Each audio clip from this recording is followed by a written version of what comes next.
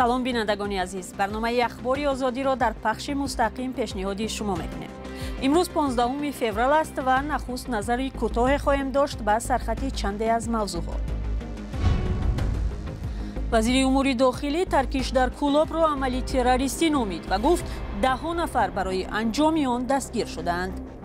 ҳодисае ки дар шаҳри Кӯлоб нисбати роҳбари ҳизби халқи демократӣ содир шуд, ин акти террористӣ аст. дар тоҷикистон дар як соли гузашта беш аз 10,000 кӯдаку наврас нимаятим шудаанд. ҷудоии падару модар онҳоро саргардону муҳтоҷ кардааст. уро файрод мекунанд, ма фарзандомда мекунам, кай мекунам фарзандаи ма калон шаванд, бетарбия шаванд, беҷо. ва ягона мактаб барои муҳоҷирону паноҳҷӯёни афғонистонӣ дар тоҷикистон дигар бора боз шуд ва ин дафъа дар қароргоҳи сафорат дар Душанбе. бо гузашти беш аз як моҳ аз таркиши мошини раиси ҳизби халқии демократӣ дар шаҳри Кӯлоб, мақомоти Тоҷикистон расман онро амали террористӣ хонданд. вазири корҳои дохилаи Тоҷикистон имрӯз дар нишасти хабарӣ гуфт, ин кор аз сӯи гурӯҳи муташаккил содир шуд. ба гуфтаи мақомот, дар ин робита чанд сокини Кӯлоб боздошт шуданд. ҷузъиёти бештар дар гузориши аз ҳамкорони мо Барот Юсуфӣ ва Алишер Зарифӣ. рамазон раҳимзода, вазири корҳои дохилии Тоҷикистон дар нишасти хабарии ниҳоди зери раҳбарияш оташ гирифтани мошини Салим Сайвализода, раиси ҳизби халқии демократӣ дар шаҳри Кӯлобро шаҳр дод. ин акти террористӣ аст.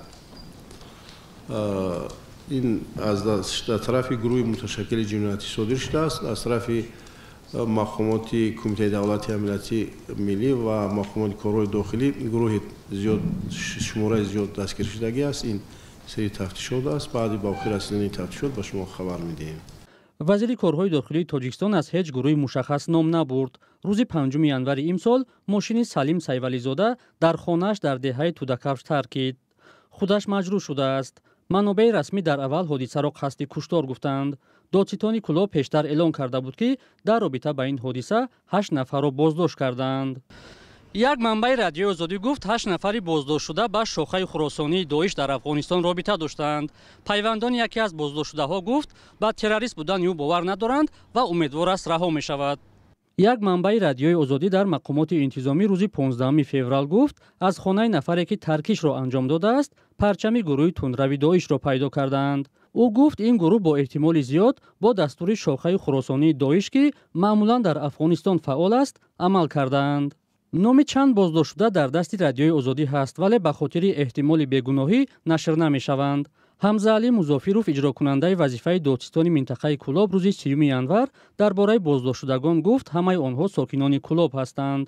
вазири корҳои дохилии Тоҷикистон иттилоъ дод ки соли гузашта аз тарафи мақомоти корҳои дохилӣ 11 гурӯҳи муташаккили ҷиноӣ дар ҳайати 55 нафар барои содир намудани 43 ҷиноят ошкор карда шуд. аммо мақомот чун ҳамеша ҷузъиёти ин хабарҳоро пешниҳод намекунанд. барномаро идома медиҳем. раиси додгоҳи олии Тоҷикистон ҷузъиёти парвандаи қатли Шуҳрат Исматуллоев, яке аз бонкдорҳои шинохтаро шарҳ дод. Шермуҳаммад Шоҳиён рӯзи 15 феврал дар нишасти хабарӣ дар Душанбе гуфт ки гурӯҳи 14 нафарӣ бо ҳадафи ситонидани ба қавли ӯ пулҳои рақамӣ бо арзиши $2 миллиард аз муовини раиси Орионбонк Шуҳрат Исматуллоев ӯро рабуда ваҳшиёна азоб доданд ва сипас куштаву ҷасадашро ба рудхона андохтанд. раиси додгоҳи олӣ афзуд, қарор аст ба зудӣ ҳукми бисёре аз муттаҳамон ба ҷиноят аз ҷумла Дилшод Саидмуродов, корманди собиқи вазорати умури дохилӣ эълон шавад. Шуҳрат Исматуллоев муовини раиси Орионбонкро рӯзи 23 июн аз назди хонааш дар Душанбе рабуда куштанд ва боқимондаи ҷасади ӯро моҳи август дар рудхонаи Зарафшон партофтанд. танҳо дар як соли гузашта дар пайи ҷудо шудани оилаҳо дар Тоҷикистон 11,000 кӯдак нимаятим мондаанд. яъне талоқ сабаб шуда ки ҳар рӯз 28 кӯдак аз тарбия ва оғӯши гарми падар ё модар маҳрум шаванд. баъди ҷудошавии оилаҳо ки баҳсу ҷанҷолҳои тӯлонӣ дар пай дорад, бештар аз ҳама кӯдакон ҷабр мекашанд. паёмадҳои баъди аз ҳампошии оилаҳо ва таъсири он ба ҳаёти кӯдакону раврасон дар гузориши хубе аз Сарвинози Рӯҳулло ва Шаҳлои Абдулло. ман хонаи падарам кӯдак наовардам. адибаро шавҳараш 3 соли пеш баъд аз он ки ҳамсари дуюм гирифт бо 3 фарзанд талоқ дод. бо гузашти 3 сол ҳанӯз ҳам баҳсҳои додгоҳӣ бар сари тақсими хонаву пардохти алимент ниҳоӣ нашудааст. хомодша муроҷиат мекунӣ и кори суда и кори иҷрочия но намекунанд дига. мегӯянд ки пагоҳ як моҳи дига ҳафти дига айбайн 3 сол гузашт. ӯро файрод мекунанд. ман фарзандомда мекунам кай мекунам фарзандаи ма калон шаванд бетарбия шаванд беҷо азоб кашанд дига фоида надора ба фикри ман. ин зан мегӯяд талоқ барои занон мушкилиҳои зиёде меоварад, хусусан ба заноне ки мисли ӯ сарпарастии фарзандонро ба оҳуда мегиранду ҷои кору иқомат намеёбанд ва дар тарбияи фарзандон ҳам ба сахтиҳои зиёд рӯбарӯ мешаванд. иҷора мешинам ноки беҳад қинай ози қимат шид хонаи фурӯхтан калоним 11 сола мешад бо 9 сола 6 сола хай худам бачани зурасам худам мисол бо дигарам хеш наздика мекунам хай 600 сум 200 суми сари ҳар кӯдак леки фораш метия на фораш ҳамихе ғам метия. адиба ҳоло ҳар 3 духтарашро ба назди падарашон фиристодааст, зеро то пайдо кардани манзили иҷора илоҷи дигар надорад. вале аз он метарсад ки таъсири ин зиндагии нобасомон ба равони кӯдакони ноболиғаш низ таъсир мегузоранд. дар тоҷикистон даҳҳо нафар айни сарнавишти фарзандони адибаро доранд. бар асоси омори расмӣ дар соли 2023 беш аз 10 000 хонавода аз ҳам пошидаанд ки аз ин талоқҳо ҳудуди 11 000 кӯдак нимаятӣ монданд ки аксаран бо модарон зиндагӣ мекунанд. оила ячейка асосии давлат ки ба ҳисоб меравад имрӯз ҳама пешравиҳоро ман фикр мекунам ки мо аввал бояд аз оила пойдории оилаҳо сар кунем вобаста ба анамин тарбияи дурусти кӯдакон дар оилаи солим. ман фикр мекунам ки ҳамаи мо дар якҷоягӣ дар сари ин масъала кор карданамон даркор. ҷомеашиносон мегӯянд мушкили аслӣ ин аст ки дар ҷомеа фарҳанги муомилаи дурусти байни ҳамсарони ҷудошуда шакл нагирифтааст ва баъд аз талоқ сарсонии занону кӯдакони танҳо монда бештар мешавад. сабаби афзоиши асампошии хонаводаҳо дар кишварро мақомот ва ҷомеашиносон ба мушкилоти иқтисодӣ ва маърифати пасти хонаводаҳо пайванд медиҳанд. бадқасдона саркашӣ намудани қарздорон аз пардохти маблағи алимент нисбати 398 нафар қарздорон парвандаҳои ҷиноятӣ оғоз гардидааст. нисбати 568 нафар қарздорон барои сари вақт пардохт накардани маблағи алимент ва пинҳон кардани суроғаи ҷои зисташон кофткоп эълон гардидааст.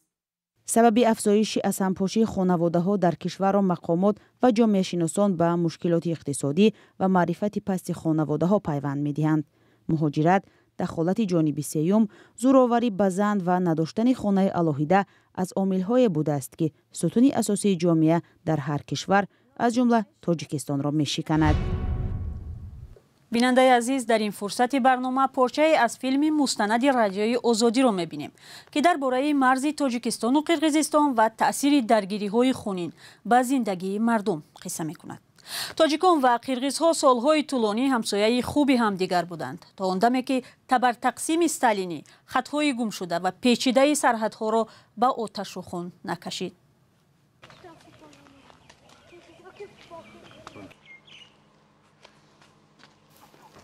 соли 65 таваллуд шудагӣ ман калони акао буродоро хай падарамо бовогимо лолак як вақти чорводор ҳам миллати мо дар кор буд пеш чорводороя ҳам мол гӯсфандпояҳоя аз Қирғизистон гиром меомада инҷо ба ҳам калхозҳои ташкил кардагинда мисол менем чӯпон калхозанда 7000-8000 моли майда бузу гӯсфанд бошад агар ҳамаш қирғиз миллат буд чӯпоно гирон омдагӣ додам не баъди ҷанг баъди дуюм ҷаҳон ҷанги бузурги ватанӣ сони омда чорводор шудагӣ фермада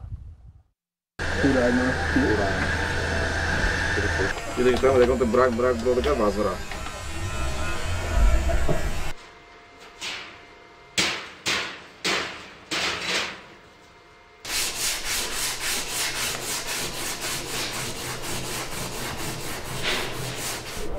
Sandoio. Kuzufa kan da hazır ha mi? Kuzuf. Kuzufa. Kilenton sos mu? Kilent naz mı? Kilenton naz mı?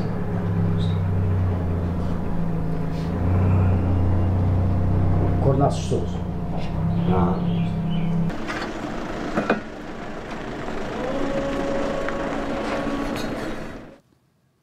فیلمی خطهای گم شده را دو کارگردانی جوان از تاجیکستان و قرقیزستان در شرایط دشوار و بسته بودن مرز از دو جانب به نوار گرفتند. مستند روز جمعه در وبسایت azadi.org و از جمله همین کانال آزادی ویدیو در یوتیوب نشر می شود. یگانه مکتب مهاجران و پناهجویان افغانستانی در تاجیکستان پس از سرگردانی‌های زیاد جای دیگر پیدا کرد. در این مکتب را که صدها نفر تحصیل میکنند چند پیش با سبب نپرداختن پول اجاره بنا بستند. حالا گوشه از سفارت افغانستان در دوشنبه جای تحصیل دختران و پسران افغانی شد که از دست طالبان گریخته به تاجیکستان آمدند. گزارش ارشاد سلیمانی و امیر یوسف در همین باره است.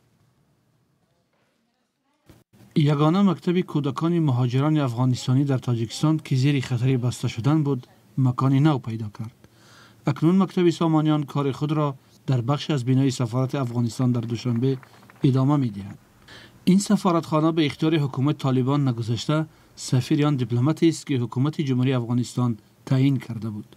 سفیر افغانستان ظاهر اکبر در رسم بازگشایی مکتب گفت تلاش‌های آنها برای بسته نشدن مکتب در دوشنبه پاسخ به عملکرد طالبان در افغانستان است که در این مکتب و دانشگاه‌ها و کار و تحصیل را برای زنان و دختران بستند. در حالی که امروز افغانستان به زندان خانگی به خصوص برای خواهران و اطفال ما تبدیل شده، ما در شرایطی قرار داریم که امکانات اقتصادی ما زیر صفر است، ولی با در نظر داشت امکانات دستداشته خود ما توانستیم که مکتب را فعال بسازیم.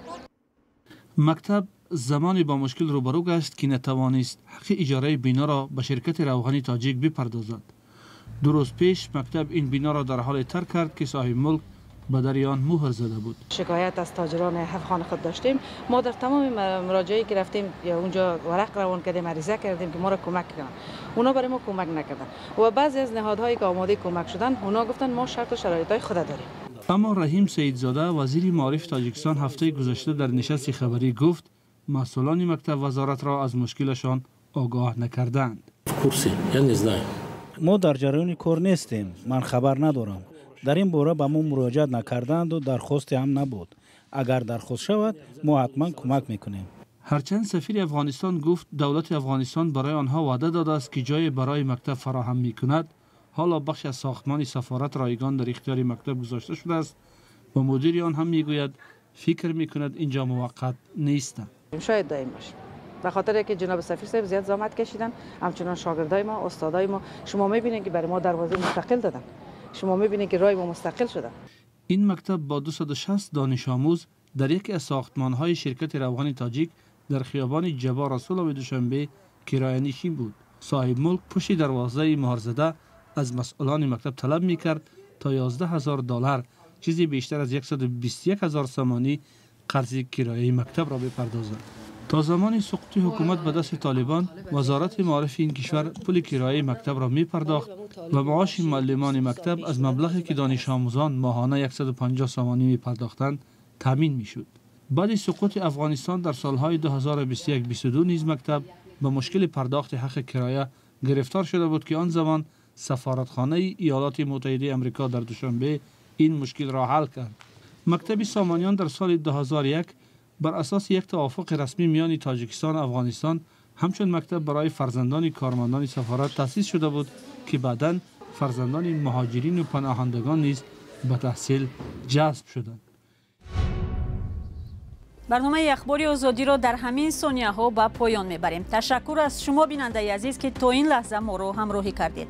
نشر خبرها با عکس و ویدیو در سامانه رادیوی آزادی و صفحه های رادیوی آزادی در فیسبوک و اینستاگرام، تیک تاک و تلگرام و یوتیوب دوام می‌یابد. خبرهای رادیوی آزادی را پیگیری نمایید. خود را احتیاط کنید و تا برنامه‌های بعدی خدا نگهداری شما.